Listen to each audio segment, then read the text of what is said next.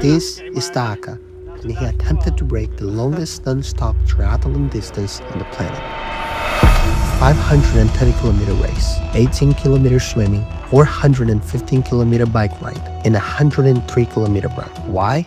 You know, when you finish high school, some people take a gap year, so like a year off. That's what I did. But I was going for the more conventional path. So for me, that was going somewhere to travel and drinking a lot. And I did that for some time. And then I figured like, yeah, is this really what it is?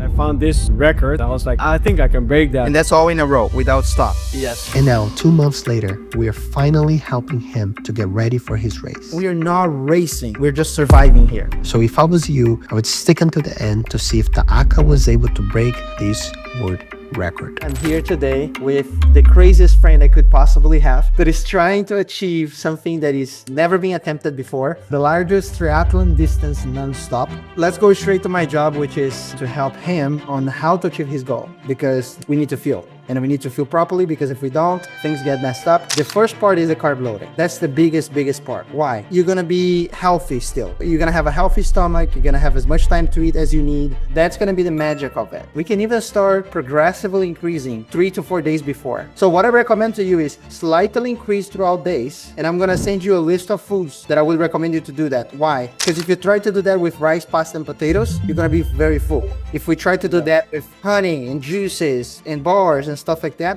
way easier. Remember, with more carbs, we need more water. And with more water, we need more salt as well. So also all that math I'm gonna be sent to you. Now, the next step is, so because you are gonna do a 3 to 4 day carb loading, we're not gonna achieve much from the breakfast. Yes, we need the breakfast. I'm not saying that. But there is no point for me to come to you and chug down food and force food, especially because you're not gonna bike or run, you're gonna swim first. So the ideal scenario for a breakfast that day, instead of getting as much food as possible, what I would do 2 things. 1, choose my favorite carb meal that I won't have throughout the day. Choose something that is high carb, that you feel okay with it, that goes well in your stomach, and that's it. So we are looking at probably somewhere between an average of 500 milligrams of sodium. Not too much, because we don't want to force too much in the beginning. And you're not going at a crazy fast pace. So let's say 500 milligrams of sodium per hour. That's a general math. Of course, we're not going to respect that. Why? Because there are 2 factors. 1, the beginning, you don't need as much because you already came few for the race. Yeah. And at the end, you're probably going to be consuming more outside of the water, because you're going to be like desperate to start consuming and start biking. And also because this is not a competitive, like we can take your time in the bike to consume proper fueling. Then I have a question about this. Can you pre-take the salt? That was my next tip for you.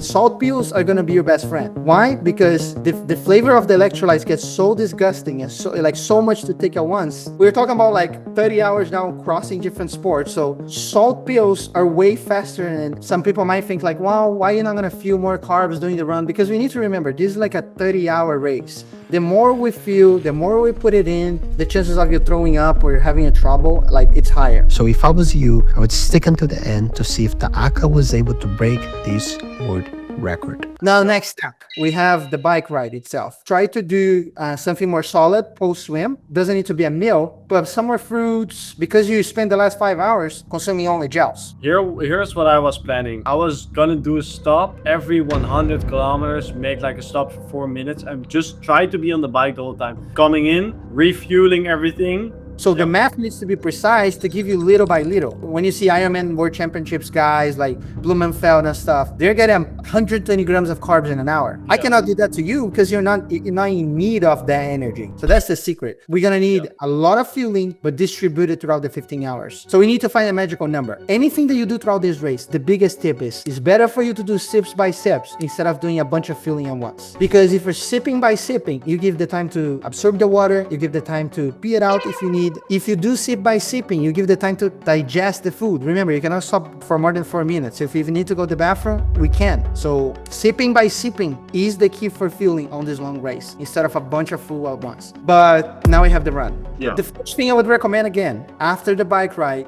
do a little bit of more solid, proper fueling, and grab something that you like the most. In the run, we're gonna talk about probably 60 grams of carbs, and we're gonna talk about somewhere between the 500 milligrams of sodium or salt. My main concern here is your kidneys. Why? Because we have so much water, so much salt, so much caffeine, so much Red Bull, so much of everything, that even if you tell me, Mauricio, I'm going to the bathroom so many times and my pee is clear. Performance wise, I know that's not what you want, but that's the best for me to hear. Maybe yes, maybe you're getting a little bit more water than you should, but your kidneys are working and we're doing a good job on like keeping you overhydrated and salt. Maybe a little bit more salt, but guess what? We are not racing. We're just surviving here. The secret is what I told you, sip by sip. If you do sip by sip, so if you create rules for yourself and you respect those, you should be fine. Because at the end of the day, I just want to help you cross that finish line.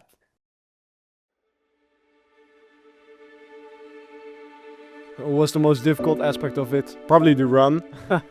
I think it was the most difficult aspect because at some point I couldn't run anymore. That was quite hard. My body couldn't like make a running movement anymore.